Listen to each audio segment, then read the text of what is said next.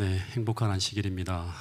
이 잔잔한 감동으로 귀한 찬양을 통해 하나님께 영광 돌려주시고 또 오늘 침례를 받으시는 장광수 선생님에게 또 귀한 선물이 되는 그런 가사가 담겨있는 찬미를 들려주신 우리 정현우 맞나요? 선우, 감사드립니다. 오늘은 교회에서 가장 행복한 날인 우리 침례식이 있는 날입니다. 이 예식을 통해서 하나님께서 영광 받으시기를 간절히 바라겠습니다. 그래서 오늘 우리 침례를 받으시는 우리 장광수 선생님과 또 우리 모두에게 하나님께서 주시는 귀한 말씀으로 우리 함께 은혜 받았으면 좋겠습니다. 저희 가족은 수도 없이 이사를 많이 했습니다. 제가 목사이기 때문에 이사를 많이 하게 되는데, 근데 목사로서는 제가 인사발령이 별로 기간에 비해서 많지 않았어요. 그래서 목사일 때는 이사를 많이 하지 않았는데 목사가 되기 전에 이사를 참 많이 했던 기억이 납니다. 그런데 한 그때가 20년 전쯤 된 것 같은데, 어느 날 저희가 이제 25평대 아파트에서 30평대 아파트로 좀 더 넓은 곳으로 이사를 가게 되었는데, 근데 이사를 한 후에 거의 일주일 동안 매일매일 집이 바뀌는 거예요. 저녁마다 돌아오면 놀라운 일이 벌어지는 것입니다. 책상, 책꽂이, 소파, 옷장, 서랍장까지 다 위치 변경이 일어나는데 매일매일 일어나는 것입니다. 근데 놀라운 것은 제 아내가 되게 조그마하고 힘도 없어 보이는데 그 모든 가구의 위치를 낮에 제가 없는 동안에 다 바꾸고 있는 거예요. 뭐 담요를 밑에 깔아갖고 이렇게 옮기면서 하루 종일 옮기는 거예요. 근데 왜 그런가 하면 이제 제 아내는 우리가 새로운 집으로 이사를 하기로 결정되면 그 집에 가서 쭉 둘러봅니다. 둘러보고 난 다음에 온통 머릿속에 우리 집을 자신의 마음에 드는 최적의 정서로 만들기 위한 계획을 딱 세우고, 그리고 그 다음에 자신이 마음에 들 때까지 그 가구를 옮기는 일을 계속 반복하는 거예요. 제일 편하고 제일 효율적이고 제일 쾌적하고 가장 포근한 장소가 될 때까지 계속 바꾸는 거예요.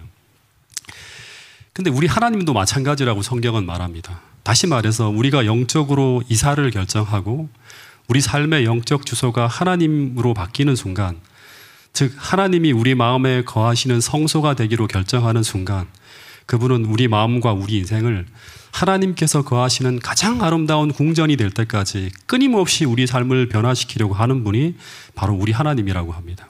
그래서 마음에 어두운 부분이 있다면 등을 달고, 불안한 마음엔 든든한 기둥을 세우고, 분노의 벽체는 다 홀면서 우리 인생의 리모델링을 시작하신다고 합니다.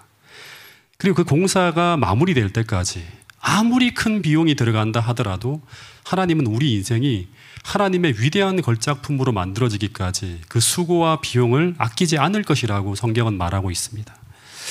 그래서 이런 성경 말씀이 있는데, 이제 이 말씀이 어떻게 보면 오늘 설교의 제일 중요한 성경절이라고 할 수 있는데요. 한번 먼저 읽어보겠습니다. 에베소서 2장 10절 말씀입니다. 시작. 우리는 그가 만드신 바라 그리스도 예수 안에서 선한 일을 위하여 지으심을 받은 자니, 이 일은 하나님이 전에 예비하사 우리로 그 가운데서 행하게 하려 하심이니라. 여기 보면 우리는 하나님이 만드신 바라고 하는데, 이제 아마 들어보신 분들은 있을 거예요. 이 만드신 바라고 하는 단어가 헬라어로 포이에마라고 하는 단어를 사용했는데, 이 포이에마라고 하는 단어는 작품이라는 의미예요. 작품.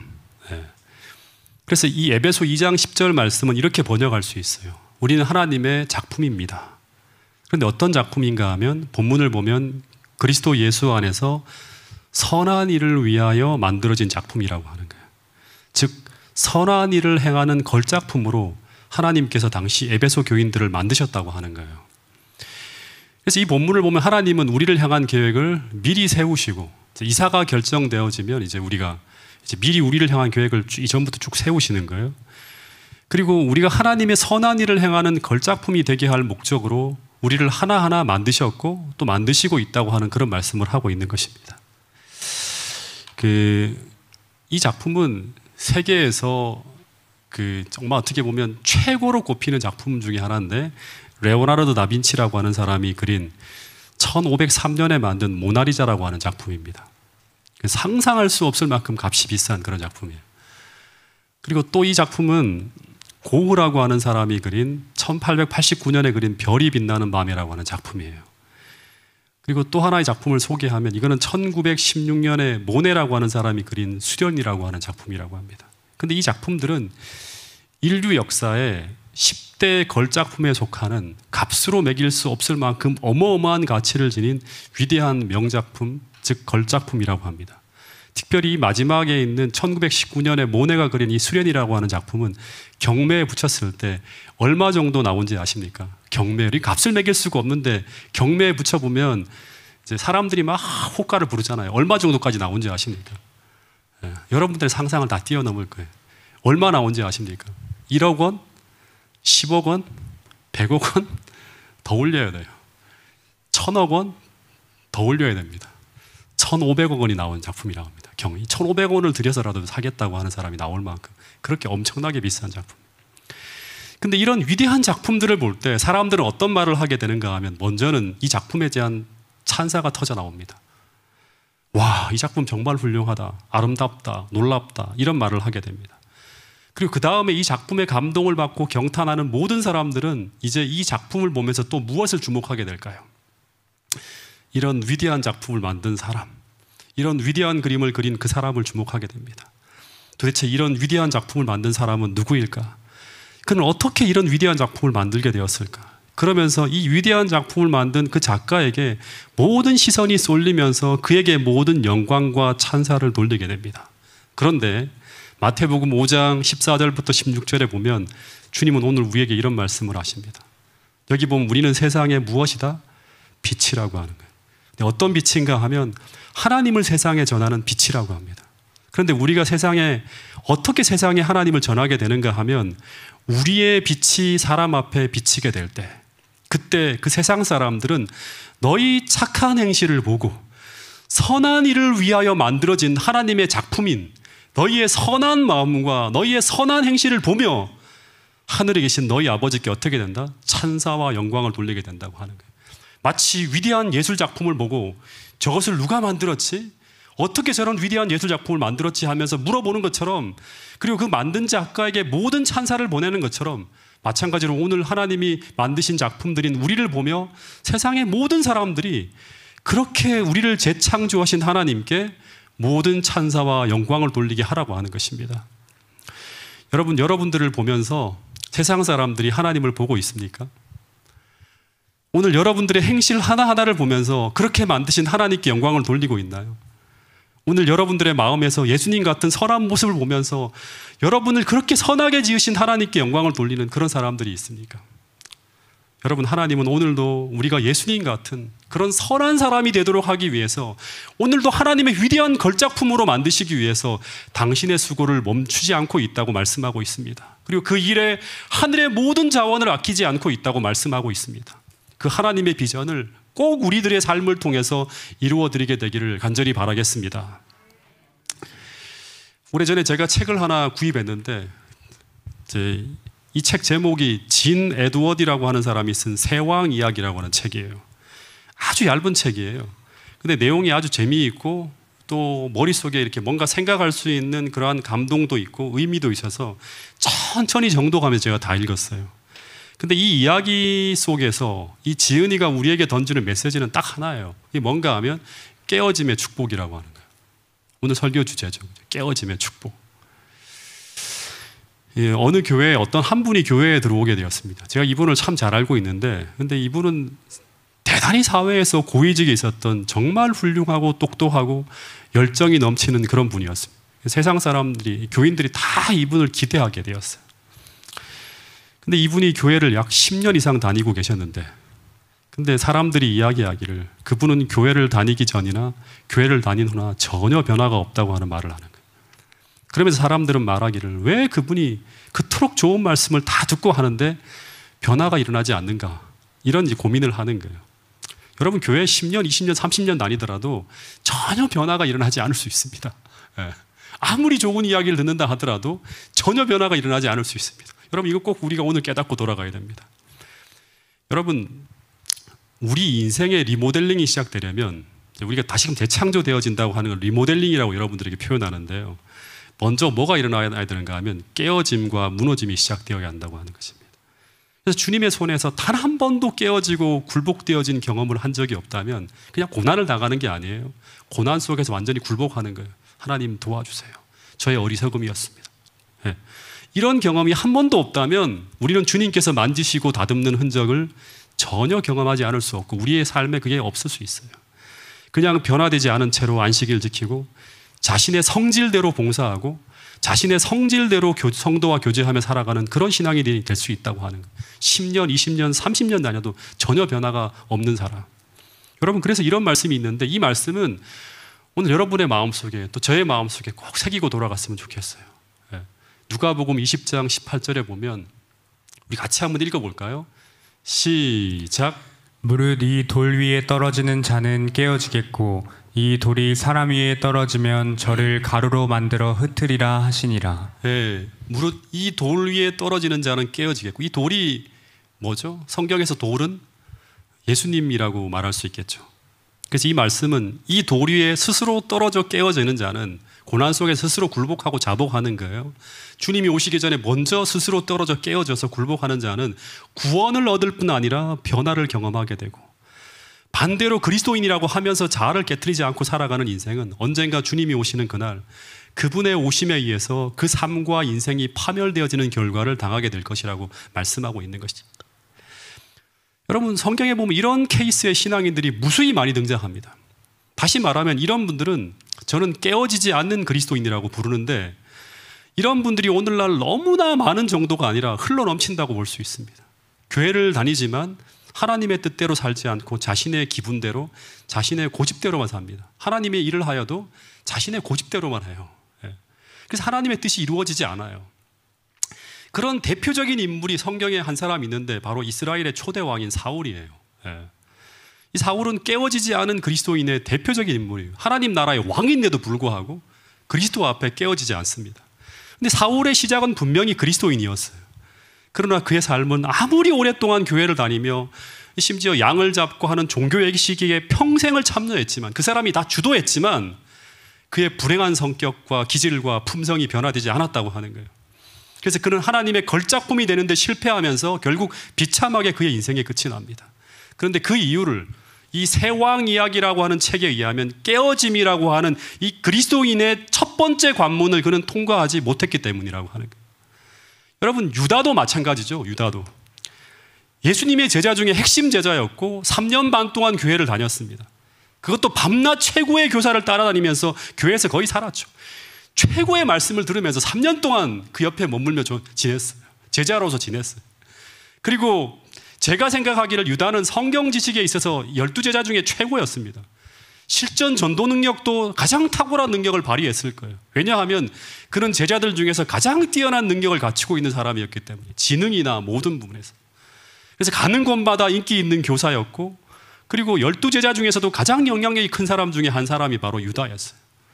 근데 그는 그 비열하고 탐욕스러운 마음을 변화시키지 못합니다. 그리고 그 결과 그는 실패한 인생으로 그의 생을 마감합니다. 근데 그 이유를 시대 소망에 보면 조금 더 구체적으로 적고 있는데 뭐라고 하는가 하면 그는 그리스도께 자신을 완전히 복종시키지 않고 이 말이 무슨 말인가요? 깨어지지 않았다고 하는 거예요. 깨어지지 않고 3년 반 동안 주님 따라다녀도 아무리 성경을 읽고 기도하고 종교회식에 참여하더라도 변화가 안 되는 거예요. 그래서 이 유다는 그리스도의 생각과 다른 자기의 판단과 자기 나름대로의 생각을 가질 수 있다고 하는 생각을 하면서 뭐를 키웠다? 비난하는 성질과 비판하는 성질을 길렀다고 하는 거예요. 즉 깨어지지 않으니까 변화되지 않는 악한 성질이 계속 자라나고 있는 거예요. 교회를 다녀도 계속 악하게 변해가는 거예요. 자기 고집만 더 커지는 거예요. 여러분, 이 말은 그는 그리스도 앞에 온전히 깨어지지는 경험을 하지 못했다고 하는 것이죠. 다시 말하면 이 유다도 그리스도인으로 첫 번째 관문인 이 깨어짐이라고 하는 관문을 그는 통과하지 못했다고 하는 거예요. 그래서 그는 자신의 못된 성질에 끌려가며 살아가는 거예요. 하나님이 그를 손대지 못하는 거예요. 그를 빚어 만드실 수 없는 거예요. 그래서 점점 더 악해지고 점점 더 무서워지는 거예요. 그리고 점점 더 그는 불행해지는 거예요. 여러분, 우리 교회가 2019년도에 재작년에 이제 리모델링을 했는데 근데 그 시작은 뭐냐 그러면 전도회를 치르고 나니까 식당이 차가운 바닥에 좌식으로 앉는 것이 너무나 불편해 보였어요. 우리 리모델링 하기 전에 이 교회 식당의 모습인데요. 그래서 강남 하늘교회, 지금은 답심리교회에 계신 유대김 목사님을 만나서 처음에는 식탁과 의자만 새로 갖다 놓으려고 통화를 하고 문의를 드렸는데, 근데 이 목사님이 식당을 전면적으로 리모델링을 할 것을 제안했어요. 우리 교회까지 와서 다 보시고 난 다음에 제안을 하시는 거예요. 근데 문제는 뭔가 하면 이 식당이 이미 그 안에 모든 것이 다 틀에 맞추어서 공간을 차지하고 있는 그런 상태이기 때문에 새로 리모델링을 하려면 어떻게 해야 되는가 하면 먼저 기존에 있던 것을 다 완전히 허물어야 돼요. 쉽지 않은 대공사가 될 거예요. 마음의 갈등이 이렇습니다. 처음에는 제가 부임한 지 얼마도 되지 않았고 또 그동안 공사를 여러 차례 진행을 했기 때문에 그냥 식탁만 갖다 놓고 리모델링을 하지 말자고 계속 제안을 했는데, 근데 목사님이 뭐라고 하시는가 하면 그렇게 하면 아무리 좋은 식탁과 의자를 갖다 놓아도 교회에 아무런 변화를 줄 수 없고, 그리고 그 공간과 새로운 식탁이 너무나 조화가 되지 않기 때문에 도리어 이상하게 보일 수 있다고 하는 거예요. 여러분 마찬가지입니다. 오늘 우리 안을 다 허물어서 전체적인 인생의 틀을 바꾸지 않고 단지 종교인이라고 하는 형식적 물건만 그 앞에 갖다 놓으면 우리는 유다라든가 사울처럼 이상한 그리스도인이 될 수 있어요. 하나님은 어떤 개선이나 그런 걸 하려고 하는 게 아니라 전반적인 리모델링, 재창조를 하려고 하는 거예요. 그래서 우리 교인들 다가 이제 그런 걸 원해서 전면적인 리모델링을 하기로 계획을 세웠어요. 그리고 어느 날 저녁에 전 교인들이 붙어서 천장을 뜯어내고 문을 뜯어내고 벽체를 허물면서 이 내부의 모든 구조물들을 허무는 작업을 하기 시작했어요. 그 허무는 과정에서 막 먼지가 나고 주변이 엉망이 되는 불편함을 감수하는 거예요. 더해서 엄청난 폐기물이 쏟아져 나오는 거예요. 그런데 그 공정이 다 지나가니까 이제 다 비워졌어요. 공간이 깨끗하게 비워지니까 그 다음에 리모델링과 인테리어를 위한 전문 기술자들이 쭉 들어가서 인테리어를 시작하는데 페인트 칠을 하는데 반나절도 채 안 걸리는 거예요. 그리고 그 다음에 식탁과 의자가 막 들어오는 것, 그리고 붙박이장과 이런 걸 설치하는 것도 금방금방 탁탁탁 끝나는 거예요. 그래서 이 리모델링 과정에서 가장 긴 시간이 소요되어지고 가장 많은 인력이 들어가고 가장 큰 수고와 불편함, 고통이 따르는 일은 이 벽체와 천장을 허물고 그 안에 있는 모든 것들을 다 빼내는 거예요. 기존에 있는 것들을 다 허물어 버리는 거예요. 이게 제일 힘든 거였어요. 그래서 인테리어를 하는 전문가들은 말하기를 새 집을 인테리어 하는 것보다 살고 있는 집을 리모델링 하는 것이 훨씬 더 어렵다고 합니다. 왜냐하면 리모델링을 한다고 하는 것은 뭐예요? 먼저 세워져 있는 것을 깨트리고 철거하는 일이 먼저 진행되어져야 하기 때문이라고 하는 것입니다. 여러분 마찬가지로 하나님이 우리 인간을 처음 창조하실 때와 잘못되어진 인간을 리모델링하는 것, 어느 것이 더 어렵고 힘들었을까요? 창조하는 일은 생명이 없는 상태에서 진행되는 일이기 때문에 우리의 동의 없이 하나님 마음대로 창조하실 수 있어요. 그러나 잘못되어지고 망가진 이 인간을 리모델링할 때는 절대 그냥 할 수 없습니다. 하나님의 율법의 원리 속에서는 이 살아있는 인격체들의 재공사를 진행할 때는 반드시 인격체의 동의를 통해서만이 리모델링 공사를 시작할 수 있도록 되어 있습니다. 근데 여러분, 이 인격체가 동의하는 것, 하나님 이제 재창조를 해주세요라고 동의하는 것을 우리는 뭐라고 하는가 하면, 잘 들으세요.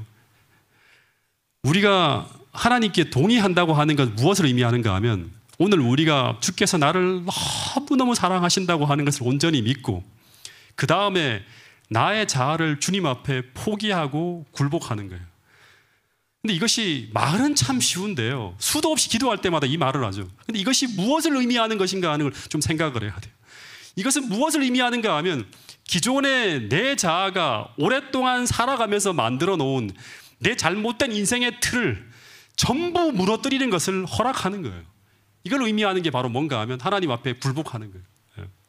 근데 이 일이 쉬운 일이 아니라고 하는 거예요. 그래서 하나님은 그 일을 위해서 먼저 우리를 빚기 전에 우리 인생을 무너뜨리기 위해서 이 잘못된 모든 그 형성되어진 틀을 다 무너뜨리기 위해서 이렇게 흔들어보고 저렇게 흔들어보고 하면서 이 자아를 깨트리기 위한 다양한 도구를 사용한다고 성경에서는 말하고 있습니다. 여러분, 성경을 읽어보면 어느 누구도 이 하나님의 걸작품이 되기 전에 모세, 요셉 다 걸작품이잖아요. 다니엘, 이런 훌륭한 걸작품이 되기 전에 이 깨어짐이라고 하는 학교로 들어가는 이 과정을 피해간 경우는 전혀 없다고 하는 걸 여러분 기억해야 됩니다. 제 인생 이야기를 좀 잠깐 하겠는데요, 여러분, 제가 아직도 많이 부족한 사람이지만 제가 원래는 정말 더 문제가 있는 사람이었습니다. 제가 5남매 중에 이제 막내로 태어났잖아요. 그러니까 항상 오냐 오냐 하는 응석바지로 제가 자랐어요. 중고등학교 시절에는 뭐 부모님이 제 말 한마디에 꼼짝도 못 하실 정도로 저를 받들어 키우다시피 하면서 제가 컸어요. 그래서 저는 천하에 저 혼자만이 제일 잘난 사람이라고 생각하면서 그렇게 자랐어요.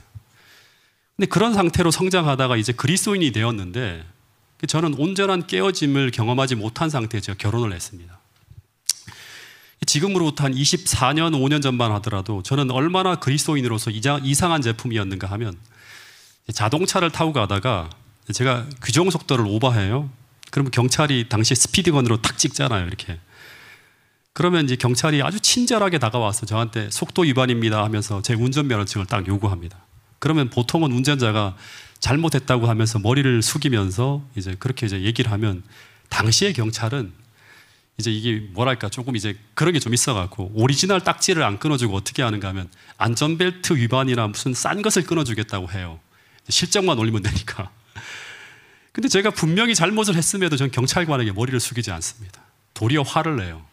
그러면서 어떻게 화를 내는가 하면 왜 경찰이 떳떳하게 보이는 데서 잡지 않고 숨어서 범법자들을 유도하는가 하면서 화를 내는 거예요. 말도 안 되는 얘기를 하는 거죠. 다시 말해 이렇게 쭉쭉 뻗은 길에서 대부분의 운전자들이 속도를 내며 달리지 않냐고. 그런 속도를 위반을 못하게 하기 위해서 숨지 말고 경찰이 서서 이제 미리 예방을 해야 하지 않냐고 하면서 막 그런 얘기를 합니다. 그러면 경찰이 뭐라고 하는 건 너 마음대로 하라고 하면서 가버려요. 그리고 나중에 며칠 있다 보면 15,000원짜리 딱지를 끊어도 될 것을 5만 원, 6만 원짜리 오리지널 딱지가 날라옵니다. 그럼 성주 엄마가 속이 터지는 거예요. 그리고 운전을 하다가 제가 운전이 서툴고 또 부중요한 행동으로 끼어들기를 잘못해서 상대에게 위협 운전을 했으면 머리를 숙여야 되는데 저는 머리를 숙일 줄 몰라요. 한 번은 제가 잘못해서 급차선 변경을 해서 버스를 크게 위협한 적이 있어요. 그런 후에 이제 제가 막 가는데 뒤에 빵빵거리는데 안 서고 막 가요, 제가. 신호등 앞에 딱 걸렸어요. 근데 그 버스 운전사와 딱 마주하게 되었는데 그때 그 버스 운전사가 막 화를 내면서 저를 죽일 놈 살릴 놈 하는 거예요. 그럼 제가 잘못했기 때문에 어떻게 하면 됩니까? 죄송합니다 하면 끝나요. 머리 한 번만 숙여주면 모든 것이 끝나게 되는데 저는 뻔히 쳐다봅니다, 이렇게. 그러면 그 운전수가 화가 내서 버스에서 뛰어내려오려고 하는 거예요. 그래서 성주 엄마가 제 옆에서 제게 제발 잘못했다고 머리 좀 숙여달라고 간곡하게 막 부탁을 해요. 근데 저는 끝까지 그 버스 운전사를 빤히 쳐다봅니다. 그래서 그 버스 운전사가 폭발 직전이 되어서 저를 가만두지 않겠다고 하면서 버스에서 막 뛰어내려고 할 때 그때 성주 엄마가 저를 대신해서 그 버스 운전사에게 이런 말을 하는 거예요. 아저씨 죄송해요. 이 사람은 머리를 숙일 줄 모르는 사람이라고 하면서 정말 잘못했다고 하면서 저를 대신해서 사과를 하면서 그 위기를 지나가는 거예요. 여러분, 변화되지 못한 그리스도인, 깨어지지 않은 그리스도인의 대표적인 모습이 뭔가 하면 여러분 기억하셔야 돼요. 잘못을 지적받을 때 그 지적을 받아들이지 못한다고 하는 거예요. 정말 중요합니다. 뿐만 아니라 어떤 분명한 잘못이 지적될 때 그것을 견디지 못해요. 도리어 그것을 지적한 사람을 향해서 화를 내면서 상대를 공격하기도 해요. 이게 깨어지지 않은 그리스도인의 대표적인 모습이에요. 그래서 계속 어려움이 오고 실수를 하고 불행한 일을 당해도 그것이 무엇 때문에 오는지 하나님께서 계속 지적하며 가르쳐 주어도 그것을 인정하지 않음으로 말미암아 변화가 일어나지 않는 사람들, 그 사람들이 바로 깨어지지 않는 그리스도인이에요. 여러분, 깨어짐의 시작은요, 자신이 잘못되었음을 인정하는 거예요. 잘못 살아온 것을 인정하는 거예요. 잘못된 틀을 가지고 있다고 하는 걸 인정하는 거예요. 그리고 하나님 앞에 통회하고 굴복하고 자복하면서 그 모습을 변화시켜 달라고 기도하며 내어놓는 거예요. 여러분, 근데 깨어짐을 경험하지 못한 그리스도인은 끝까지 그것을 내어놓지 않습니다. 이 유다가 그랬고 이 사울이 그랬다고 하는 거죠. 여러분, 저는 당시에 교회를 다니는 사람이었고 더하여 저는 정말 누구보다도 성경 지식을 많이 알고 심지어 예언의 신을 달달 외우며 다니는 사람이 바로 저였어요. 저는 정말 고민이 되는 거예요. 내가 이토록 성경 지식을 많이 알고 있는데 왜 내가 변화되고 있지 않은지. 여러분, 또다시 말씀을 드립니다. 우리가 전적으로 하나님 앞에 굴복하여서 이 불행하고 어리석은 집을 짓고 있는 이 교만한 자아가 온전히 하나님 앞에 굴복되지 않으면 우리에게 변화란 일어나지 않는다고 하는 거예요. 여러분, 이 성경이 가르쳐주는 진리입니다. 저는 당시에 성경 지식만 많이 알고 있는 깨어지지 않은 그리스도인으로서 대표적인 사람이 바로 저였습니다. 그런데 이런 깨어지지 않은 그리스도인은 교회 안에서도 문제입니다. 제가 당시 그런 모습으로 변화되지 않고 교회에서 영향력이 커져갔다면 저는 분명히 교회의 큰 일꾼으로 사람들은 기대하겠지만 저는 교회의 큰 골칫거리가 될 수 있는 사람이 될 수 있는 가능성이 다분한 사람이었어요. 여러분, 저는 이 교회의 잘못된 모습을 당시에 20대 후반이었는데 일일이 날카롭게 비판하면서 다른 교인들의 잘못된 점을 절대 용서할 줄 모르는 사람이었어요. 그래서 교회에서 이제 예배 끝나고 돌아오는 길에 차 안에서 아내와 같이 오잖아요. 그럼 제가 도착할 때까지 교회의 모든 집사님부터 시작해 장로님, 심지어 목사님까지 모든 사람들의 잘못된 점을 다 비판합니다. 그러면서 나는 그렇게 신앙하지 않는다고 하면서 어떻게 교회가 그럴 수 있냐고 하면서 당시 제가 대단히 의로운 선지자인 것처럼 그렇게 이야기를 하는데, 근데 제 아내는 처음에는 아무 말도 안 하고 들어주다가 점점 저의 그런 모습을 보면서 제 신앙의 의문점을 제기하기 시작했고, 나중엔 제 이야기에 반론을 제기합니다. 그러면 제 아내까지 이제 공격을 하는 거예요. 그러면서 성주 엄마는 저의 그런 모습을 보면서 마음에 병이 들어가고 있었어요.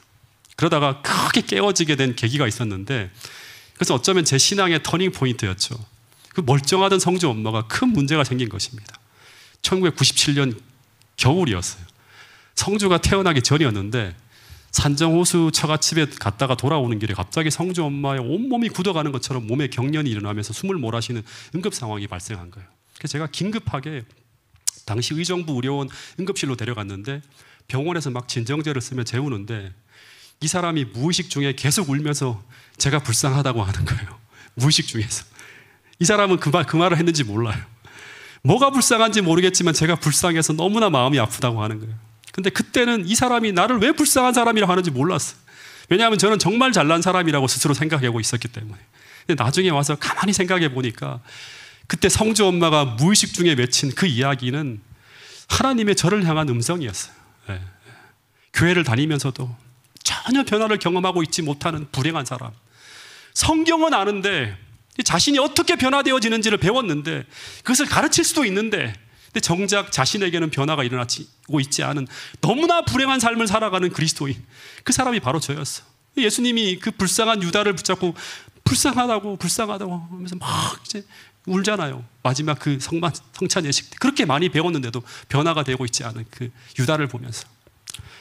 여러분, 저는 결혼 전에 꿈이 있었어요. 그것은 정말 내가 훌륭한 그리스도인이 되어서 나의 가정을 성경에 나온 대로 가장 아름답게 이루어서 아내를 가장 행복하게 해주겠다고 결심을 했고, 그리고 자신이 있다고 생각했어요. 왜냐하면 그 방법을 알고 있기 때문에. 그런데 당시 제 아내는 다른 어떤 것이 아니라 저 때문에 불행해하고 있는 거예요. 근데 그 모든 이유는 뭔가 하면 내가 깨어지지 않은 그리스도인으로 살아가고 있었기 때문이라고 하는 거예요. 네. 그래서 퇴원을 해서 집으로 돌아왔는데 이 사람이 계속 아픈 거예요. 병원에는 원인이 없다고 하는데 밥도 못 먹고 모든 의욕을 잃어버리고 집에서 한 발짝도 움직이지 않고 꼼짝을 못하고 있는 거예요.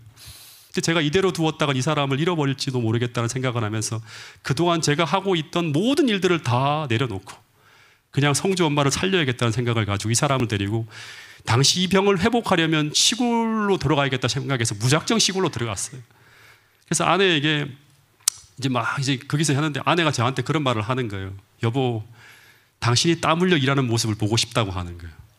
그래서 제가 삽질도 못하는 제가 경상남도 어디에서 요양원을 짓는데 일손이 필요하다는 이야기를 듣고 이 사람을 데리고 그곳까지 데리고 갑니다. 그리고 그 요양원을 짓는 곳에서 제가 벽돌을 짊어지며 나르면서 땀 흘리는 모습을, 일하는 모습을 딱 보여주는데 이상하게 아내가 점차 안정이 되어 가는 거예요. 근데 당시 저는 두 가지 사실을 깨닫게 되었어요. 하나는 제가 그동안 얼마나 스스로 허영과 교만에 날뛰며 살았는지를 보게 되었고, 두 번째는 제 인생이 스스로도 정말 행복하지 않고, 그리고 내가 사랑하는 사람에게도 행복하게 해줄 수 없는, 그렇게 마음을 있지만 해줄 수 없는 정말 이상한 그리스도인이었다고 하는 사실을 너무나 철저하게 보게 되었어요. 그러면서 그동안 하나님이 아니라 내가 내 스스로의 욕심과 욕망에 이끌려 살아오면서 만들어진 모든 잘못된 인생의 틀들을 보기 시작했고, 그걸 허물어야겠다고 하는 생각을 하게 되었어요. 그러면서 이전에는 그 어떤 경우에도 받아들일 수 없는 것들을 이제 받아들이게 되었고, 그러면서 점차 저의 자아가 무너져 내리고 있는 모습을 제가 보게 되었습니다. 여러분, 자아가 깨어진다고 하는 것은 그것은 하나님 앞에 그리고 사람 앞에까지예요. 겸손해진다고 하는 거예요. 네. 그래야지만 하나님은 우리를 만지실 수 있고, 그래야지만 우리는 다른 사람들을 통해서 하나님께서 우리를 가르치려고 할 때 우리는 배울 수 있다고 하는 것입니다. 여러분, 성경에 보면 하나님은 토기장이로 비유되어지고 있고, 우리는 그분이 빚어서 만드셔야 될 진흙 같은 재료라고 합니다. 성경 곳곳에 이런 표현들이 있어요. 마치 하나님은 진흙 같은 우리를 빚어서 무엇을 만들려고 하는가 하면 대충 그런 도기를 만들려고 하는 게 아니에요. 최고의 결작품, 다시 말하면 이조백제나 고려청자 같은 위대한 도기를 만드는 그러한 어떤 그 목적을 가지고 우리를 다루신다고 합니다. 그런데 하나님의 기술에는, 즉 하나님께서 이 걸작품의 도기를 만드는 기술에는 우리가 아무리 문제가 많다 하더라도 하나님의 기술에는 전혀 문제가 없다고 합니다. 그분은 최고의 장인입니다. 그러면 남은 문제는 뭔가 하면 그분의 손에 놓여진 재료인 이 진흙이 어떤 흙인가의 문제예요. 우리가 그분의 손에 놓여질 때 고운 진흙 가루인가, 아니면 아직도 거친 조각이 남아있는, 아직도 우리 자신의 어떤 틀을 가지고 있는 덩어리들인가의 문제입니다. 만일 우리가 거친 조각으로 이루어진 재료라면, 이 자가 굴복되지 않은 거친 재료라면 하나님은 그 거친 재료로 그냥 무엇인가를 만드는 것이 아니라 그 거친 재료를 먼저 고운 가루로 만드는 과정을 거치게 된다고 하는 게, 이게 바로 뭔가 하면 깨어짐의 작업이라고 하는 것입니다. 여러분, 제가 이 세왕 이야기를 읽으면서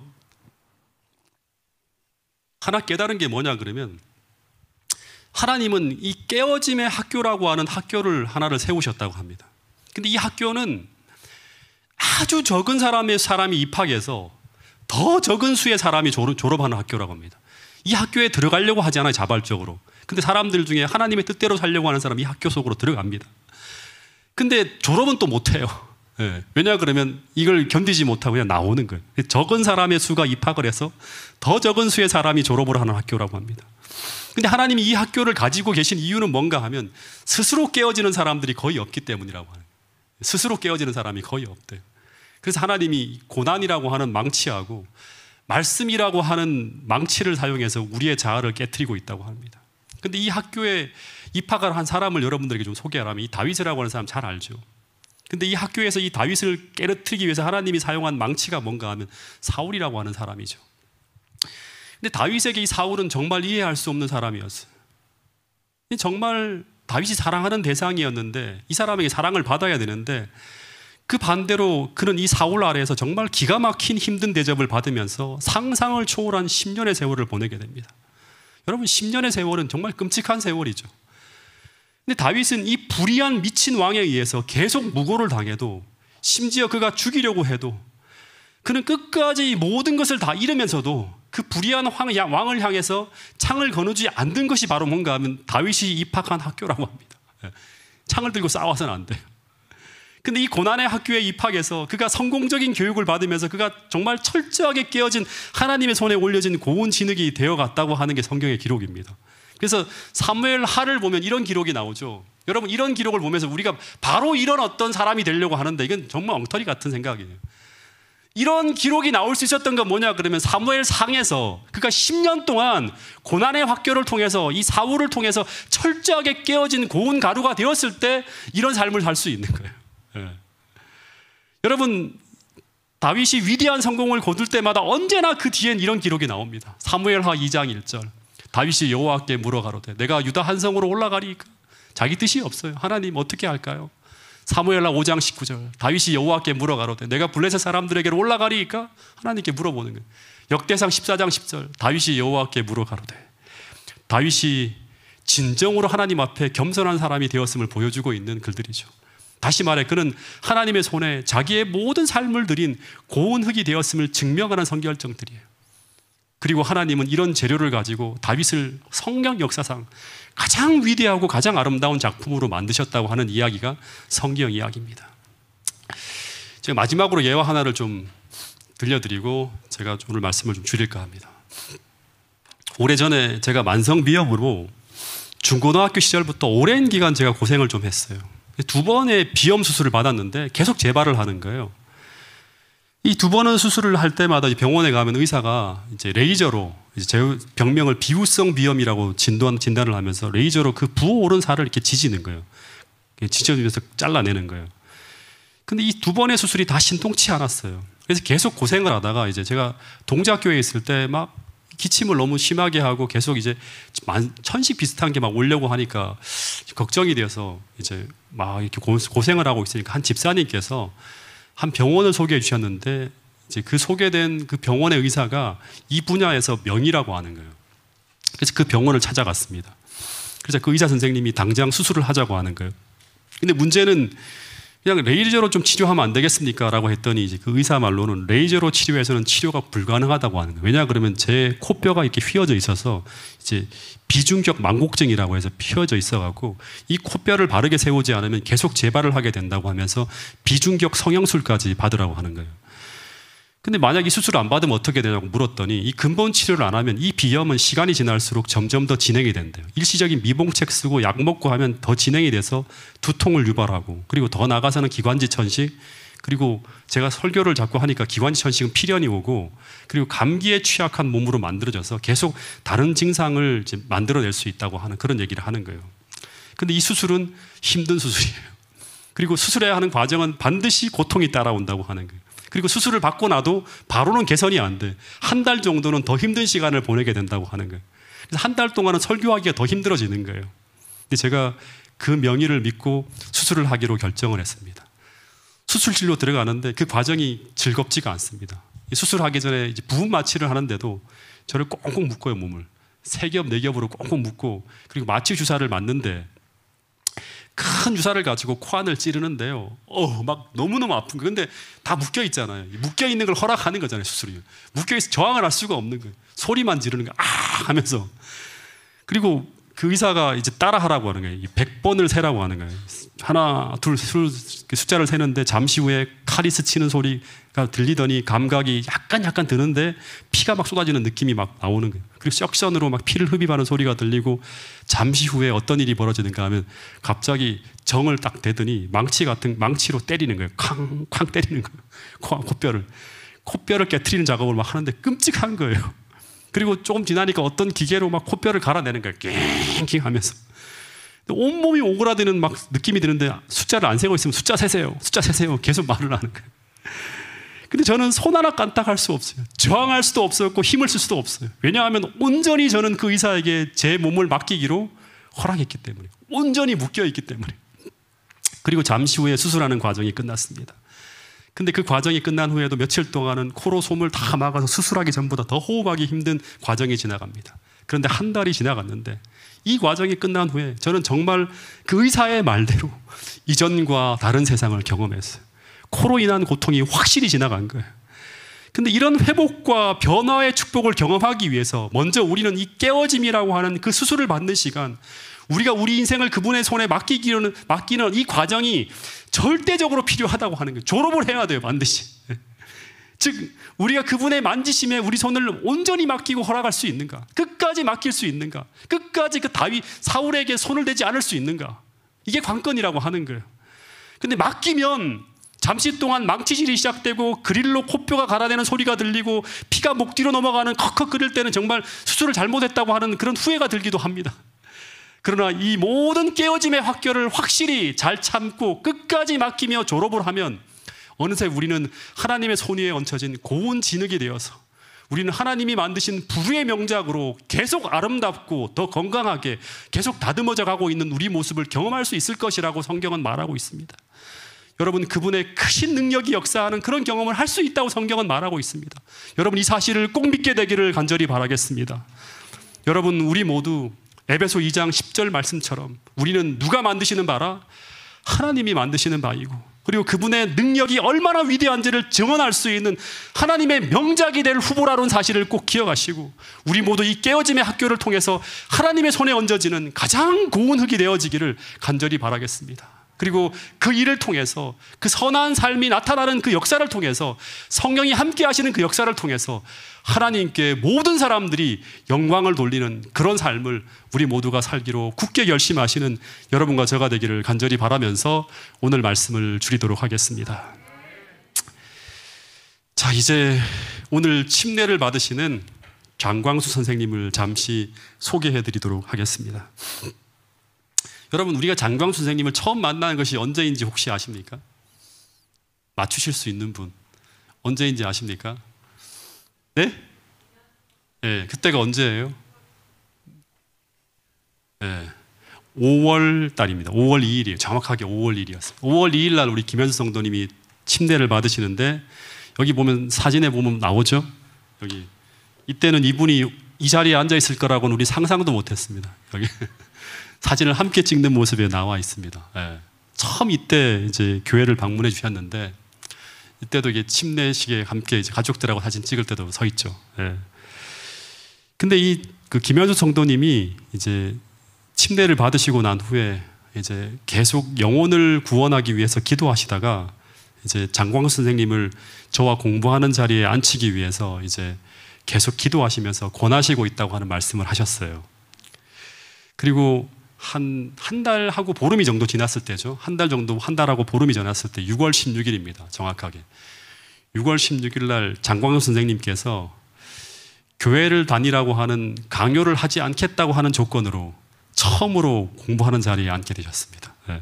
각서를 지었다고 하는데 진짜인지 모르겠습니다. 근데 이날이 화요일 예배가 마친 후 밤 9시에 이제 공부하는 초신자 반에 처음으로 들어오셨는데 처음에는 우리 김현수 성도님이 친구가 오신다고 했을 때 저는 장광수 선생님께서 정말로 오실 것이라고 생각지 못했어요. 왜냐하면 공부하는 시간이 너무나 늦은 화요일 예배가 마친 후에 저녁 9시이기 때문에 이 시간대 공부하는 게 정말 그 어려운 일이거든요. 그리고 그 피곤한 몸을 이끌고 성경 공부에 참여한다고 하는 게 쉬운 일이 아니기 때문에 오실 것이라고 하는 것은 별로 예상하지 않고 그때 이제 그렇게 생각을 했는데 진짜 그 주에 기적적으로 참여하신 거예요. 그리고 공부가 끝났는데 그 다음 주에 또 올까? 한 번은 친구 때문에 이렇게 이제 그냥 오실 수 있지만 두 번째 올까 생각을 했는데 두 번째 또 오신 거예요. 그 다음 주에 공부하시는 걸 보고 제가 어떤 생각을 했는가 하면 하나님께서 인도하심 속에 계속 나오고 계시다는 걸 확인하게 되었어요. 쉬운 자리가 아니잖아요. 편한 자리가 9시에 하는 공부 자리이고 그 다음에 진짜 말 그대로 성경에 대한 공부하려고 하는 갈망이나 의지가 없다면 절대 나올 수 없는 일이에요. 예. 근데 공부를 계속 하는데 단 한 주도 안 빠지고 셋째 날도 오시고 네 번째 날 매주마다 밤 9시에 화요일 예배가 끝나고 난 다음에 함께 공부하는 자리에 계속 오는 놀라운 일이 벌어졌습니다. 근데 몇 주 공부가 마치고 났는데 더 깜짝 놀랄 일을 내가 들었는데 그게 바로 뭔가 하면 이분이 성경책을 완독하셨다고 하는 이야기를 들었어요. 이분의 이 자리에 앉아 계신 우리 성도님들 중에 성경책 완독 한 번 안 하신 분들 제가 볼 때 굉장히 많을 거라 생각합니다. 이게 진짜 쉬운 일이 아니거든요. 조금 있으니까 설교 방송으로 이제 어떤 설교를 들으신다는 이야기도 들었고 그리고 이제는 1시간 이게 일주일에 한 번 하는 공부하는 시간에 만족하지 않고 그리고 막 더 진리를 갈망하면서 김대성 목사님의 다니엘 계시록까지 다 들으신다는 이야기를 듣고 저는 깜짝 놀랐어요. 제가 이번 주 화요일 날인가요? 김대성 목사님으로부터 전화를 한 통 받았어요. 장광수라고 하는 분을 아십니까? 라고 물어요. 이미 저는 오래전부터 알고 있습니다. 라고 얘기했고 이번 주에 침례를 받으신다고 얘기를 드렸는데 이분이 굉장히 성경에 깊은 관심을 갖고 이렇게 탐구하는 분이라고 저한테 말씀까지 해주셨어요. 그리고 제가 동작에서 녹음한 성경 맥잡기라고 하는 그 1시간 반 굉장히 긴 내용들이에요. 이거를 다 들으시고 너무나 열정적으로 성경을 연구하셔서 저는 이분이 구도자이신지 아니면 저희 교회 제자훈련반 집사님인지 구분이 안 될 정도로 놀라움을 금할 수 없는 일들을 자꾸 경험하게 되었어요.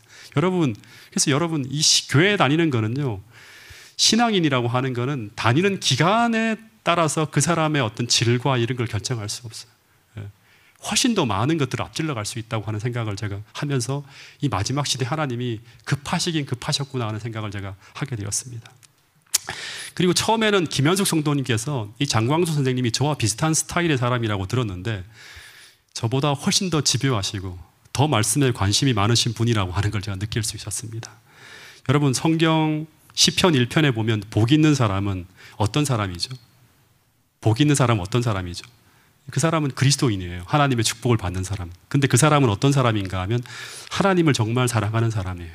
근데 그 사람들은 하나님의 말씀을 즐거워하여 하나님 말씀을 좋아하여 어떻게 하는 사람? 주야로 묵상하는 사람입니다. 저는 장광수 선생님께서 그런 축복의 사람임을 이 침례를 공부하는 과정에서 다 확인할 수 있었다고 여러분들에게 말씀드릴 수 있습니다. 그리고 제가 참 너무나 놀라웠던 것은 뭔가 하면 여기 자리가 점점 앞으로 올라오고 처음엔 맨 뒤에 앉아 계시다가 점점 앞으로 이제 사진을 보니까 앞쪽으로 올라 나오시는 걸 제가 보게 되면서 참 놀랐는데 또 하나 특별한 이제 놀라운 일이 있었는데 이 장광수 선생님과 특별한 만남이 보성에서 있었습니다. 제가 휴가차 보성에 내려갔다가 우연히 이제 이 장광수 선생님이 그때 보성이라고 하는 걸 알았는데 이 장광수 선생님이 우연히 이제 부모님을 뵈러 내려왔다가 만나게 되었습니다. 그리고 율포 앞바다에서 잠시 그 밤에 함께 걸으면서 선생님께서 정말 진지하게 성경을 탐구하시고 또 진리에 대해서 고민하시고 정말 이 교회에서 뭔가 어떤 그런 함께 하고 싶어하는 그런 간절한 마음들을 짧은 시간이지만 읽을 수 있었습니다. 그리고 또 하나는 부모님을 극진히 섬기시는 효자이시고 참 선하시고 오늘 우리가 공부한 것처럼 이미 진실하신 분이라고 하는 생각이 들었습니다. 여러분, 부디 이 말씀에 대한 열심이 식지 않고 계속 이어져서 주님 안에서 정말 하나님께서 만드시고자 하시는 훌륭한 걸작품으로 성장할 수 있도록 우리 모두가 함께 기도하고 축복해 주실 수 있게 되기를 간절히 바라겠습니다. 아울러 오늘 이 일이기까지 수고하신 김현숙 성도님의 그 열심과 또 그 밤늦은 시간 함께 예배를 드린 후에 또 성경을 공부하는 수고를 아끼지 않으시고 화요일 늦은 시간까지 함께 참석해 주신 서영애 집사님, 박미애 우리 성도님, 최계주 집사님께도 진심으로 감사를 드립니다. 더하여서 함께 고향 후배로서 보이지 않는 곳에서 열심을 내어주신 우리 김현미 집사님과 우리 정중리 집사님께도 감사를 드립니다. 아마 전화를 많이 하셨다고 합니다. 저한테 직접 하셔도 좋은데 계속 이제 가까운 친구분들한테 전화를 하시면서 궁금한 거를 물어보셨다고 하는데 다 친절하게 도와주시고 함께 이 거듭남의 자리까지 협력해 주신 거 감사를 드립니다. 그리고 더하여서 오늘 이 자리에 축하해 주시고 또 축가를 불러주기 위해 함께 참석하신 우리 현우와 선우에게도 감사를 드립니다. 모든 영광 하나님께 돌립니다. 이제 침례를 받기 전에 마지막으로 통과해야 될 관문입니다. 우리 침례 시문을 하도록 하겠습니다. 잠깐 우리 장광 선생님께서 일어나셔서 우리 저를 보지 마시고 교인들을 바라보시며 서주시기 바랍니다. 제가 침례 시문을 7가지를 교인들을 보시고요. 7가지를 물어볼 텐데 하나하나 제가 물어볼 때마다 이 이야기에 진심으로 동의하고 그렇게 하겠다고 결심하시면 오른손을 들어서 네라고 말씀해 주시고 우리 성도님들은 아멘으로 아주 큰 소리로 아멘으로 화답해 주시면 감사하겠습니다. 첫 번째, 그대는 삼위 하나님 아버지와 아들과 성령 하나님이 세상을 창조하셨고 지금도 여전히 이 우주를 통치하시는 그 하나님의 존재하심을 믿습니까? 아멘. 두 번째입니다. 그대는 하나님이 그대를 사랑하셔서 그대를 구원하기 위해 예수 그리스도를 십자가에 못 박혀 죽게 하심으로 그대의 모든 죄를 사하시고 용서하셨고 그것을 믿음으로 구원을 받게 됨을 믿습니까? 아멘. 세 번째, 그대는 성경이 하나님의 말씀으로 이루어진 것이며 영원 불변한 진리이므로 우리의 모든 판단의 기준이고 그리스도인의 신앙과 생애의 유일한 표준이 됨을 믿습니까? 아멘. 네 번째, 그대는 십계명을 포함한 하나님의 율법이 변경되거나 폐지될 수 없는 것으로 믿고 하나님을 사랑함으로 그 율법에 순종하며 살기로 결심하겠습니까? 아멘.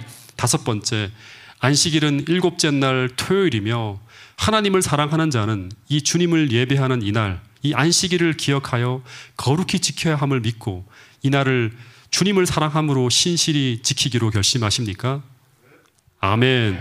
여섯 번째, 그리스도인의 몸은 하나님의 성전인 것과 이 몸을 거룩히 깨끗하게 보존하기 위해서 먹든지 마시든지 무엇을 하든지 이 몸을 해롭게 하는 모든 것을 피하며 주님이 주신 이 몸을 건강하고 깨끗하게 보존함으로 몸과 마음으로 하나님께 영광 돌리기로 결심하시겠습니까?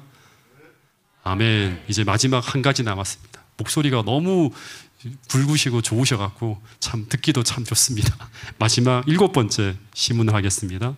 이제 주님께서 친히 모범으로 보여준 침례의 식을 따라 이제 이전 생애 동안 주님을 모르고 살아온 나의 옛몸인 옛날의 자아는 물속에 장사 지냄으로 죽고 이제 새롭게 새 생명으로 받아 태어나는 주님의 신실한 아들로 살아가기로 굳게 결심하십니까?